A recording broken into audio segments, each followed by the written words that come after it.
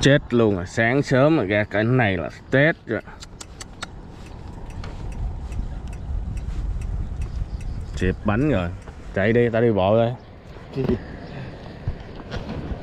Bường đại đi chứ còn cỡ 4-5 cây nữa mà mới ra được cái đoạn này.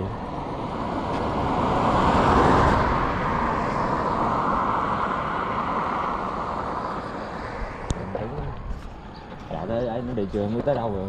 Có gì. Hắn ra đi tới đây xịp bánh xe rồi các bạn ơi. Ở đây là được cái đường từ đường 816 á các bạn. Rẽ ra cái đường này để đi tắt lên trên Bình Thành nè. Mới đi được tí xíu. Không biết Cán Đinh hay Cán gì biết gì. Xịp bánh xe mà. Đức nó buồn nó đi kiếm chỗ rồi.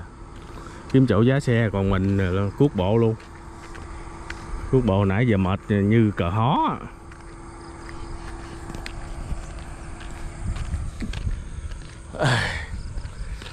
Mệt tôi không có cái xuôi nào nó giống cái xuôi nào hết các bạn ơi. Phê chưa? Nãy giờ đi cả cây số à. Mình Đức nó chạy nó bường đi mất tiêu luôn rồi. Cái đoạn này đây lên trên đó là còn cỡ nãy vô chừng chắc phân nửa. Nguyên cái đường này là 10 cây số á. Đi chắc chừng phân nửa hay gì 5 cây số, còn nó bường 5 cây số lên trển để kiếm chỗ giá nữa. Ơi, phê. Trời phê. Cá mắm này sáng này chưa thấy. Chứ đi là phê rồi.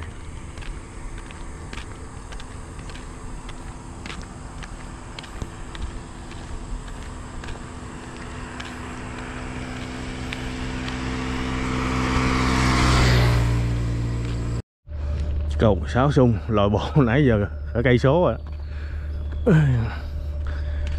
Còn đây lên trên đó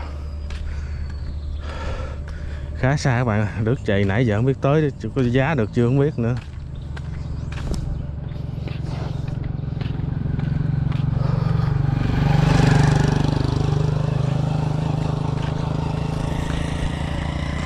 Tiếp cuốc tiếp nữa nha. Luôn nè. Lên luôn.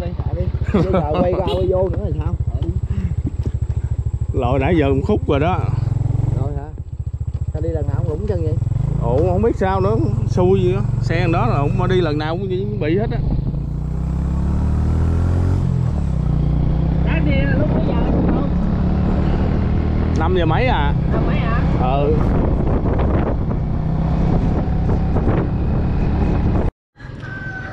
Nhờ hai đệ tử nó chở được một khúc rồi là bộ thấy bà luôn rồi. Hai ruột luôn.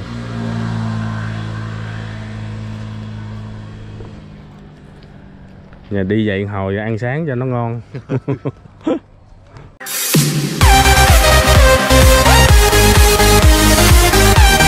Rồi, xin chào các bạn nha. Chào các bạn đã quay lại với Hoàng Vũ CNC các bạn. Hoàng Vũ CNC sửa chữa và mua bán máy phay máy tiện CNC, nơi cung cấp máy cũ đã qua sử dụng bên Nhật nha các bạn. Đó, hôm nay mình đi cầu Dương Đức đây. Đức đó. Từng rồi mình đi xuống chỗ này nè các bạn, cây cầu này nè. Cá thác lát nó ụt quá trời ụt luôn. Đó, hôm nay mình đi lại tiếp tục nữa. Để mình chiến coi có được mớ nào nữa không nha. Hôm nay Đức nó làm cần câu máy, nó cần câu máy. Tuần trước câu kia nó nước nó chảy quá trời các bạn ơi, câu khó. Để mình gắn vô đây rồi mình chuẩn bị ra cần các bạn ơi, nó ụt quá rồi. Chỗ này đứng trong bờ này thì câu không tới, không có cần ra không tới, nên là phải đứng trên cây cầu các bạn.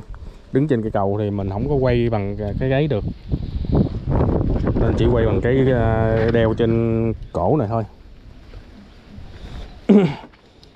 Hồi sáng lội bộ hết khúc phê.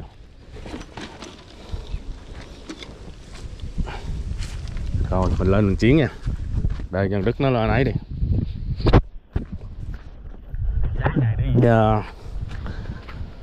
mà xẹp vỏ, loại bộ hết khúc phê. Bữa nay đấy, từng rồi mình cũng câu ở đây nữa nè.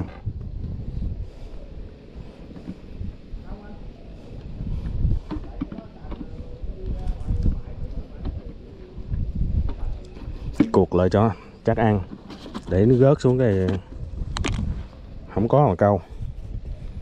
Rồi để mình bắt đầu ra cần nha các bạn.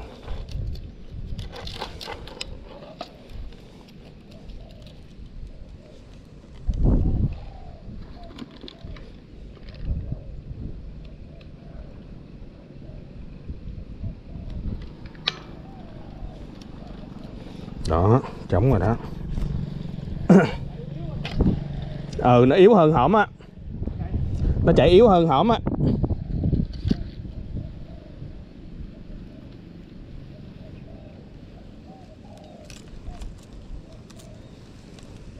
Chạy yếu này mình câu cần này.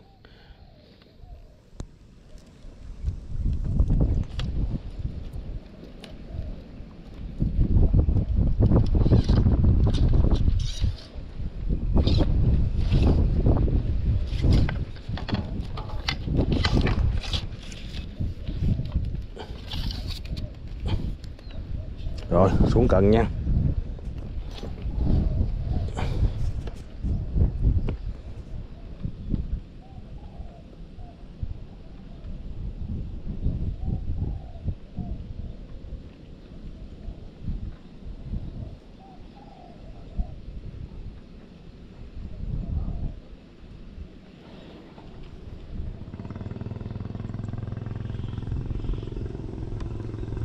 Trời ơi, bự nha.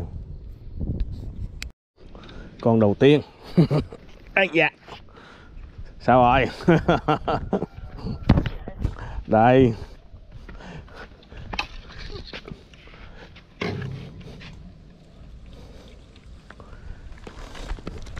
Đó, một em đầu tiên.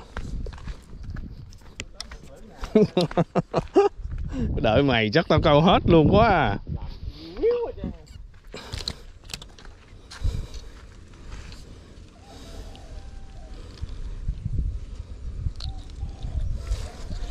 Đó, ý.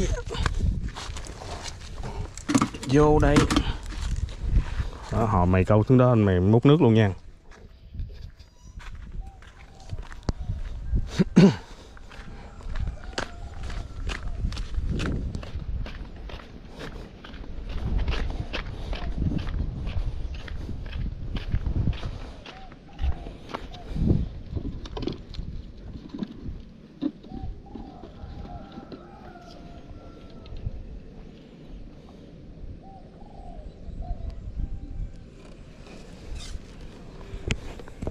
Tiếp.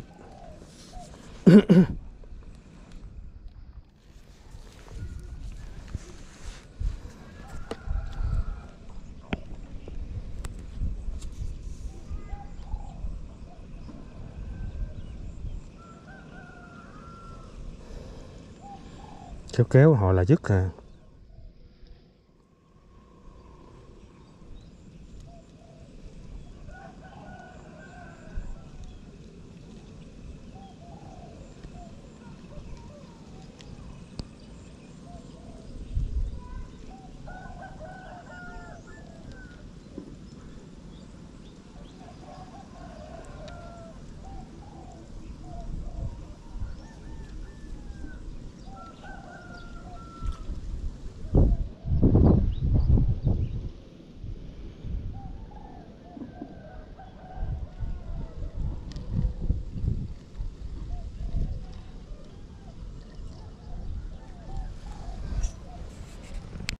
Rồi múc nước chưa? Lên câu đây, không đem lên đây. Đụng tiếp con nữa.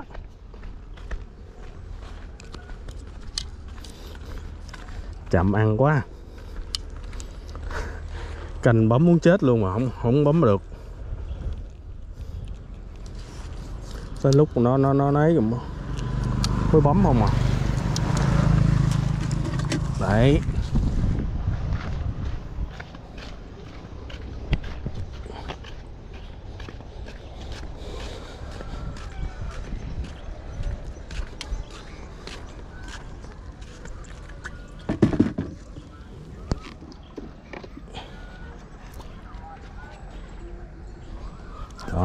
Trời ơi, sâu mà.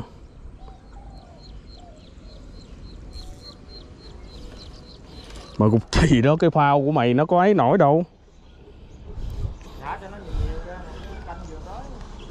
Thả cho thẳng xuống luôn.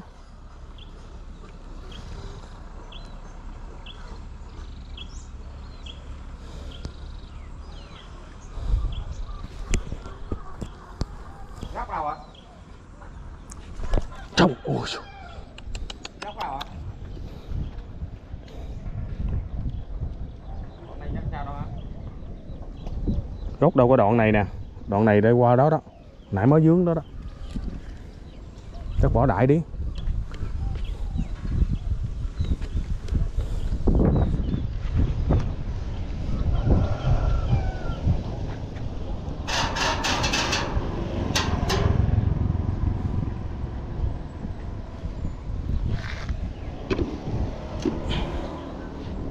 Rồi.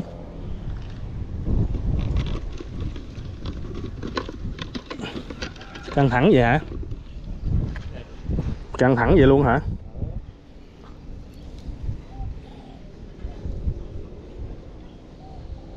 Thẳng vậy sao bắt nó sao dính trời?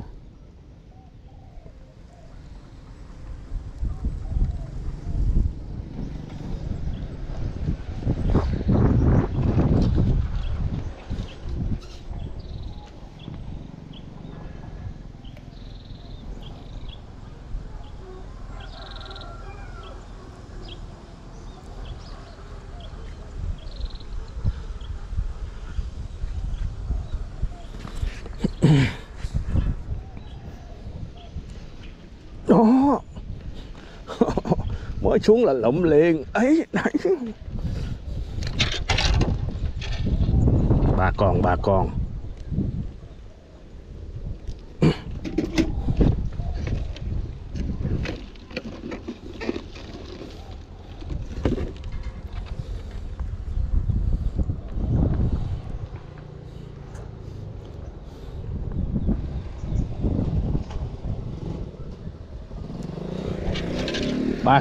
không rồi nha.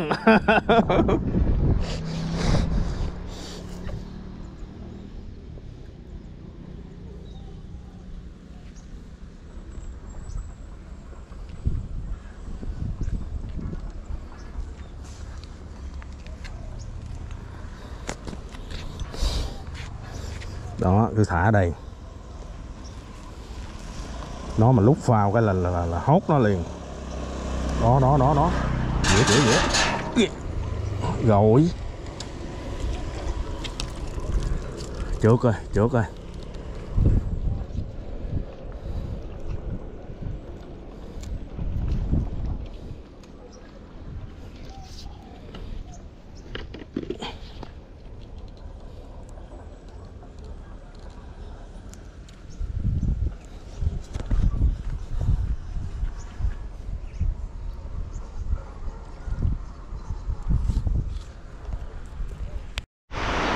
Lần nào đi cũng mắc mưa hết.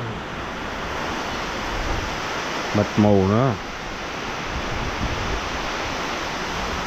Vô mái nhà này đục mưa cũng đỡ.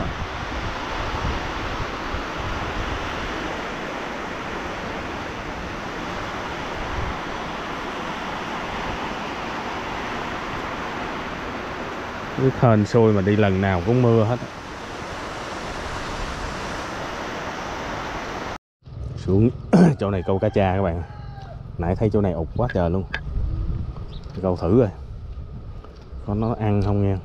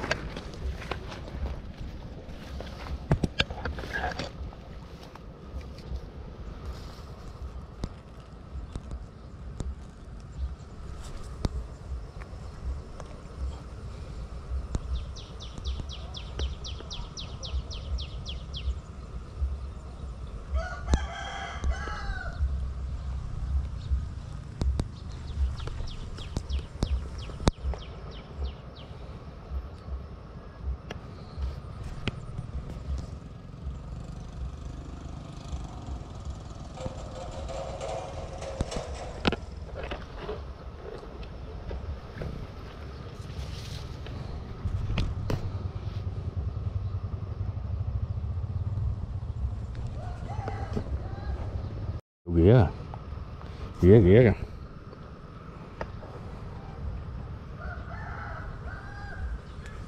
Đó, lôi lộn. Đất ơi, đất ơi.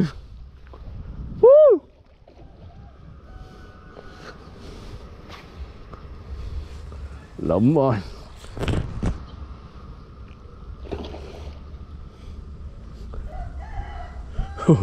Đây nè các bạn. Đó. Ơi da. Vô rồi.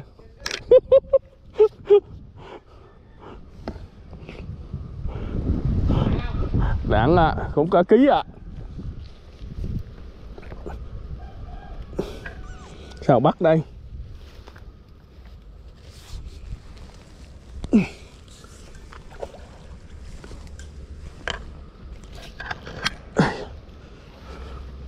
Dướng lục bình luôn rồi.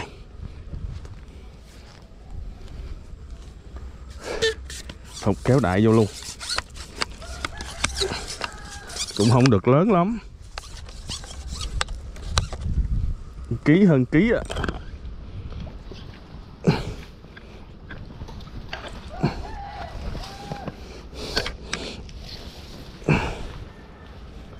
Nè.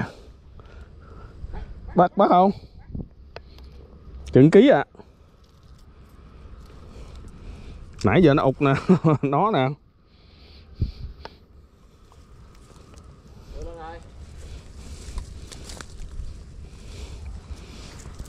Đây, nó đây.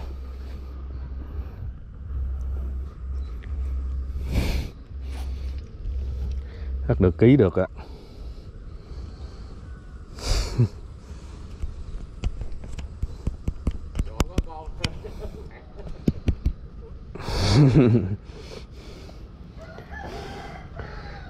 Rồi, gỡ các bạn.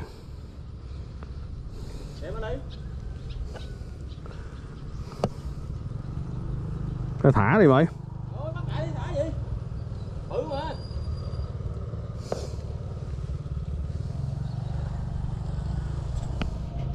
Thôi bắt luôn đi.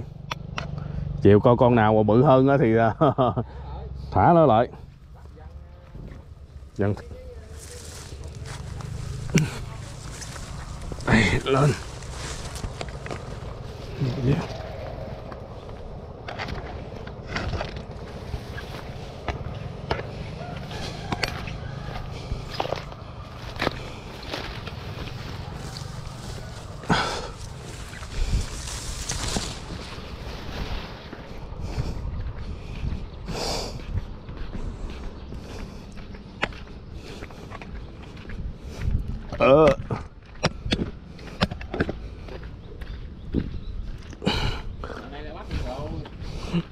Thì cũng cỡ ký nè.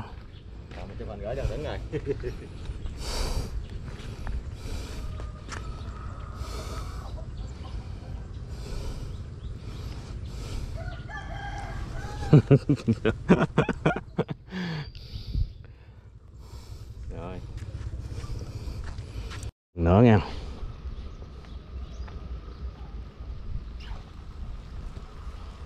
Kiếm con bự bự hơn rồi.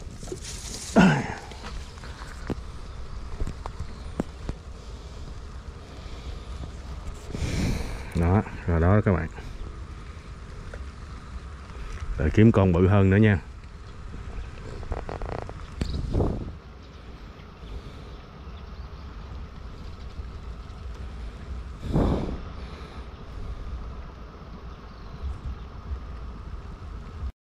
Chỗ này có cá tra lại đây các bạn, đó nè.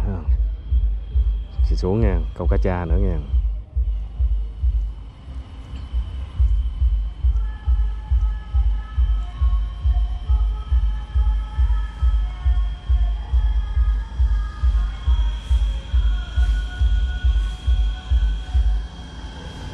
Đó, chỗ này đó, chỗ này ụt con bự nè.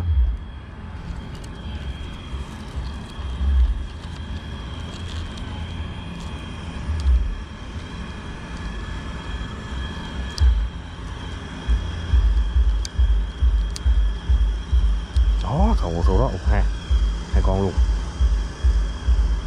Ra cần nhanh nhanh mới được. Có ụt đó nữa. Quá rồi Đức ơi, quá rồi Đức ơi.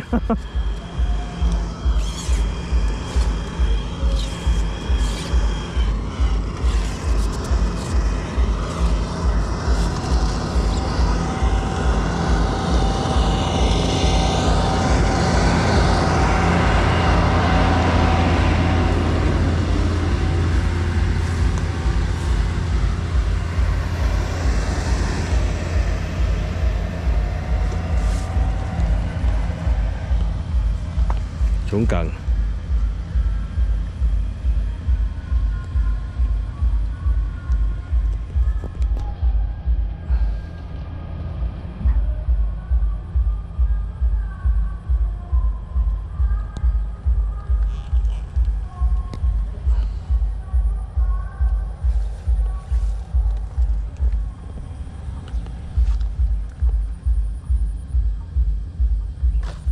Trời ơi.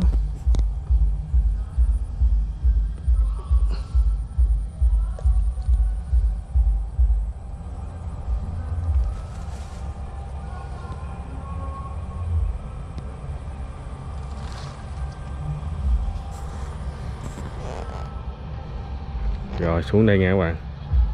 Chờ thôi. Đó, nó ụt gần đó nữa kìa.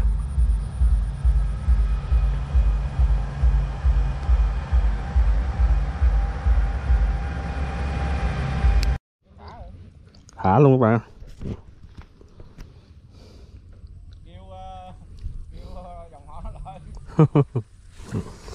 Con này chắc chừng 3 lạng 4 lạng vậy. Thả luôn đi.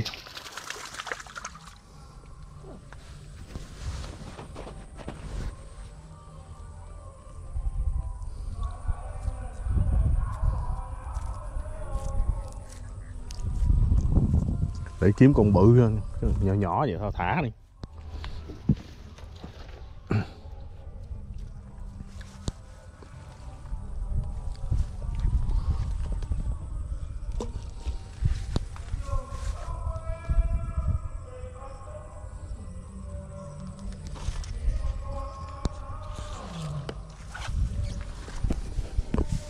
Đó, xuống lại kiếm con bự nha.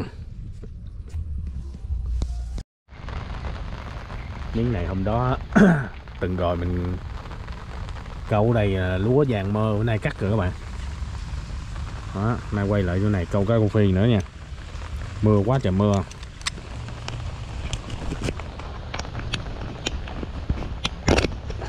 Kiếm mớ cá con phi nữa về các bạn ơi. Đó, con Đức nó ăn rồi.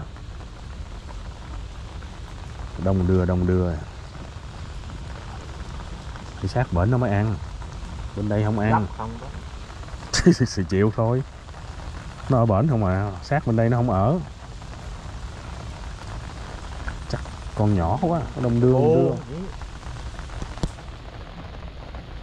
Cứ ngậm không lâu gì trơn.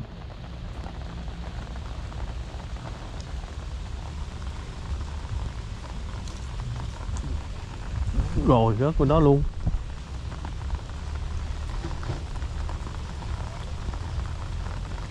Ý da. Trời ơi, rùa biển. Trời ơi, ngậm nó nằm yên dưới luôn.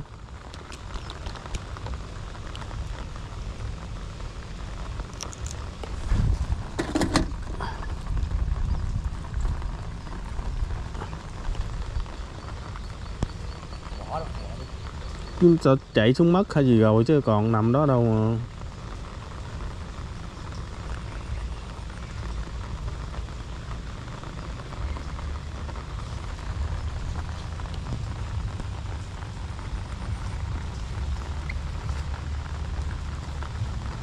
Chỗ đó cạn ta.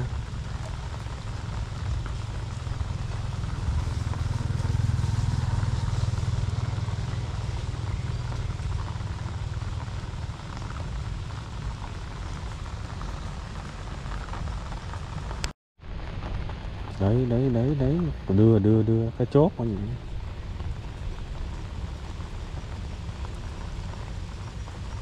Đó lôi Ôi bự ý đó, có lý có lý có lý có lý. Kéo này nó quảng. Ê, trời trời trời trời, chạy đâu dữ vậy? Cũng khá. Nuốt lưỡi luôn rồi. Ủa,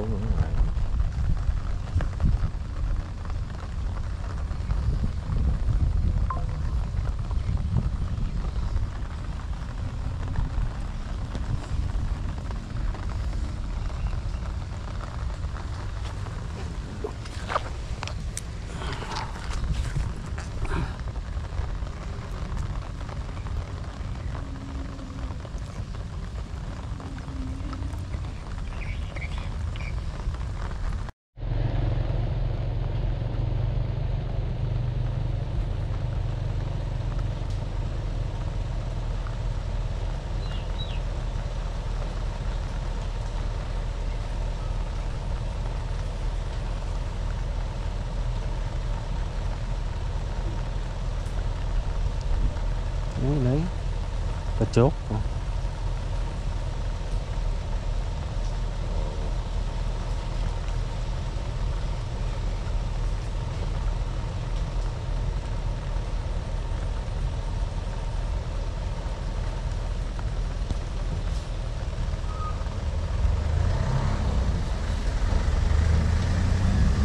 Lên được.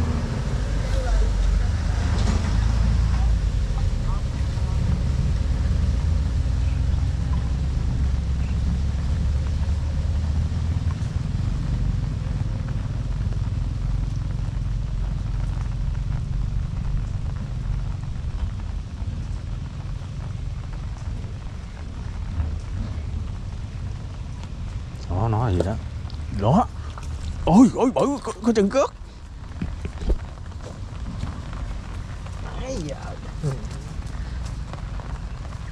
Đó, im đấy, đưa qua đây coi. Quay qua đây coi. Đó, con này bự đó, nãy bự á. đợi mày nãy giờ. Nãy giờ dính dính con trứng rán ha. Vui vui lại được rồi đó.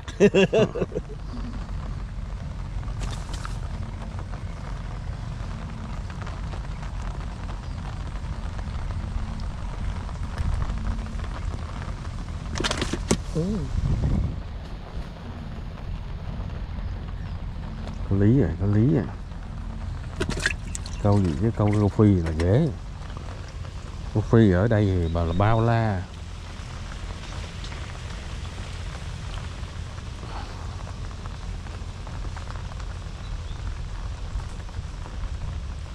Câu trong đây về nó ăn, chứ còn ra ngoài kinh quá vậy không ăn. Đó đó đó đó. Nước chảy. Cái phần là nghe như đi nhiều.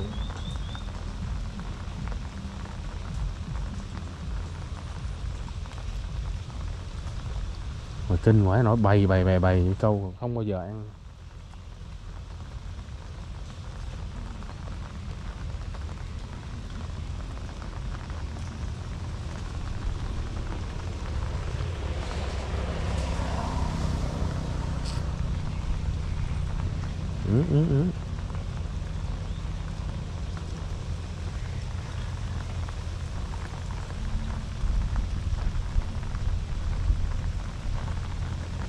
Đi luôn, lôi luôn.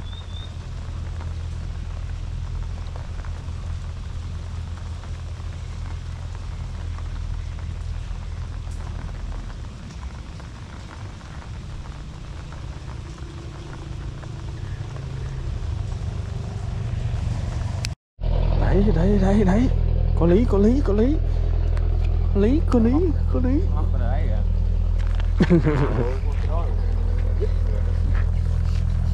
Đó, nó gớt luôn nè. Chậm chút nữa là rồi. Đó.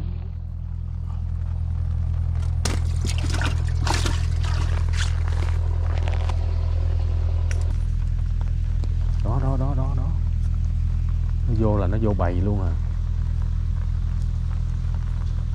Lật phao luôn rồi.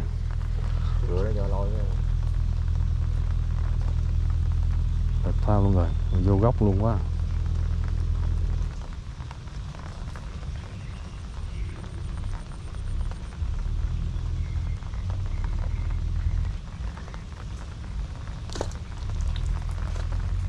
Ý, ấy, lên luôn. Lên luôn, đó, cần nhỏ lên luôn. Ý, ý. Chiều mình còn mưa đó nghe không?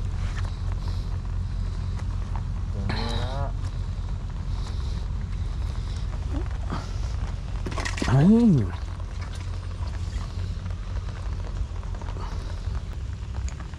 Bắt đầu nó vô rồi đó.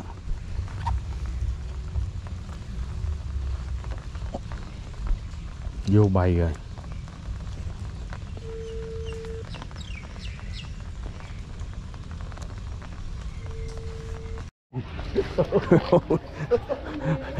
Được cái nó chạy hết hồn.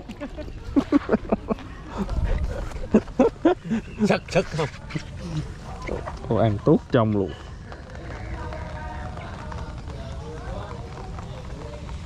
Đâu rồi? Cái cây nãy thôi.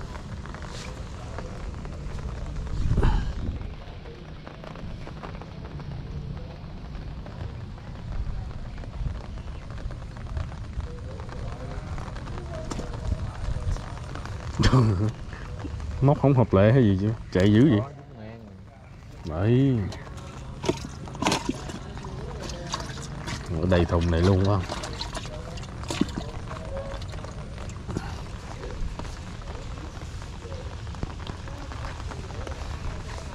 Đấy.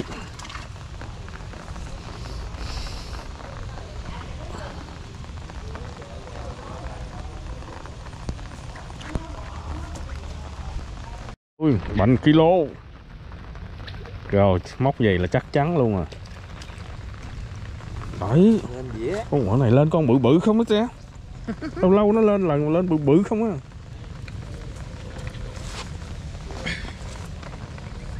Đấy. Con này 3-4 lạng luôn.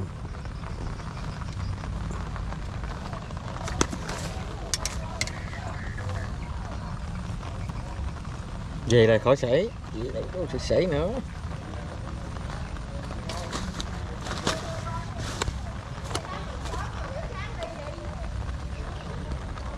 Vô. Đấy. Vô cho ta. Đây đây đây đây. Châu vô.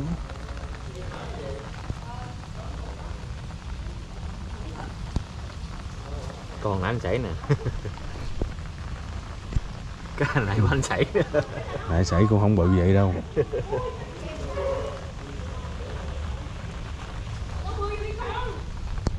Đó đó đó đó.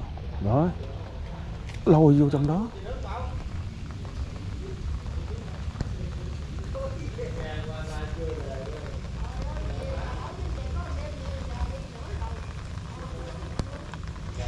Im lát nó giết rồi, lát giết rồi.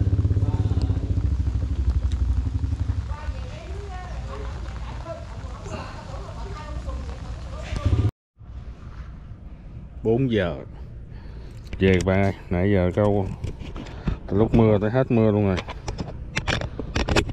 Về được mới cái con phi nữa rồi. Đây. Đấy. Con cá cha. Mấy con thác lát mới con phi. 2,8 kg nữa rồi. Đúng rồi. Đủ rồi. Về nghe. Giờ về kìa. Chỗ thác lát nè hồi sáng đó. Coi có thì chiến mà bạn còn mớ không có thì về luôn.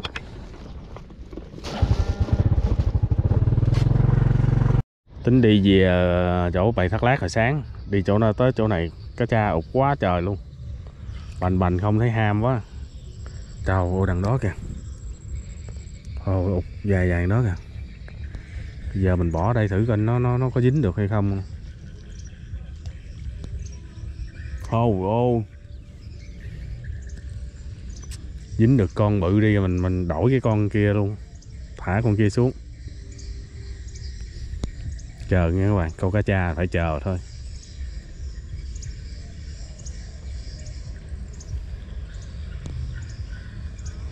Đâu mà gãy cận luôn rồi.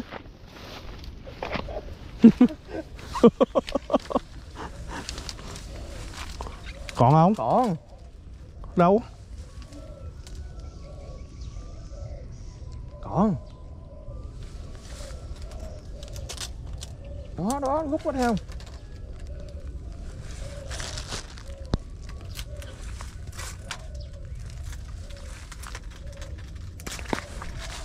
Trời ơi. Ở đây đây sao kiểu đây tao đi lấy. Có cái cây gì đấy. Nhấp nhấp còn không nó trả không hả?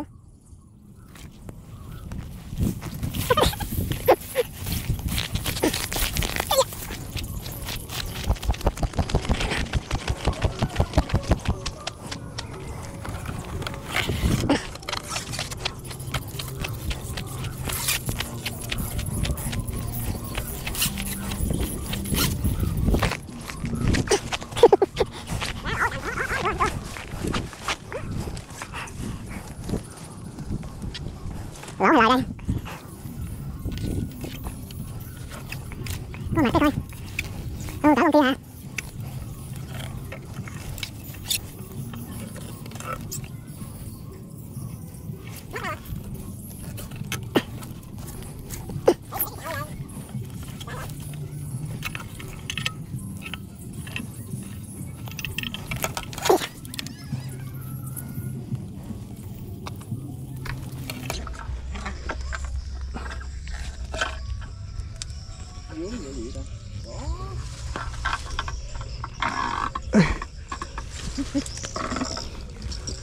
Rồi tới đây là được rồi. Rồi.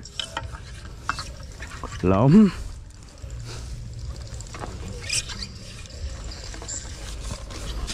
Cỡ con sáng gì.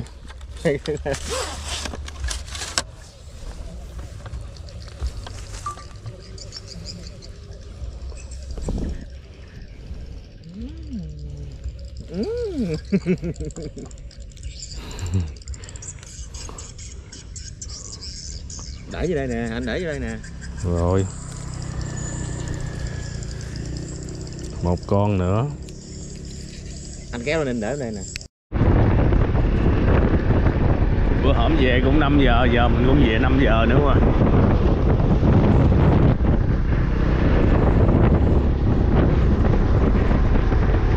Hôm nay thành quả nhờ hang cá tra nên nó nặng.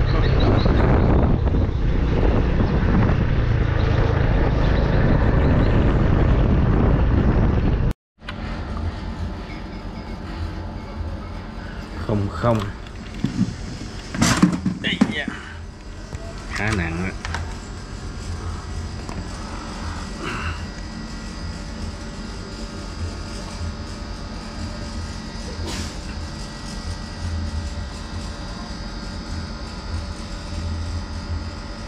Bốn chín tám năm 4985 coi như 5 kg. 5 kg trừ cái này thùng này 1 kg, còn lại 4 kg.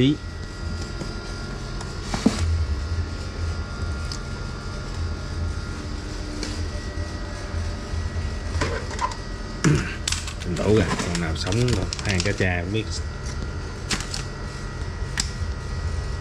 còn nào sống không, chắc con này sống.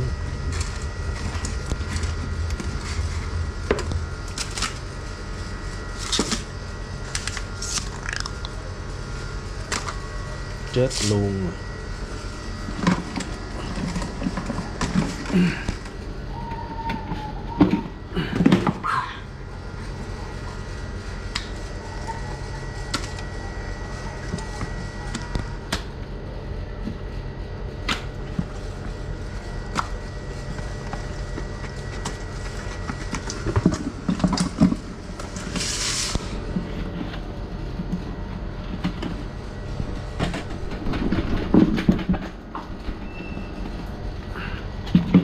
Ây da.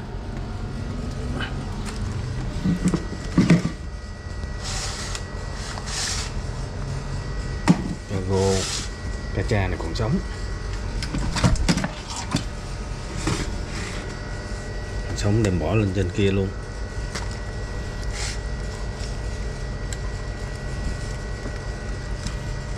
Cargo này còn sống.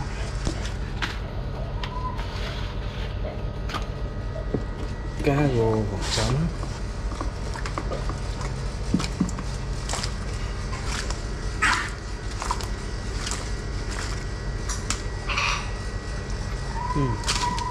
Cái cha này câu sao mình lại chết rồi, đem gọng trên kia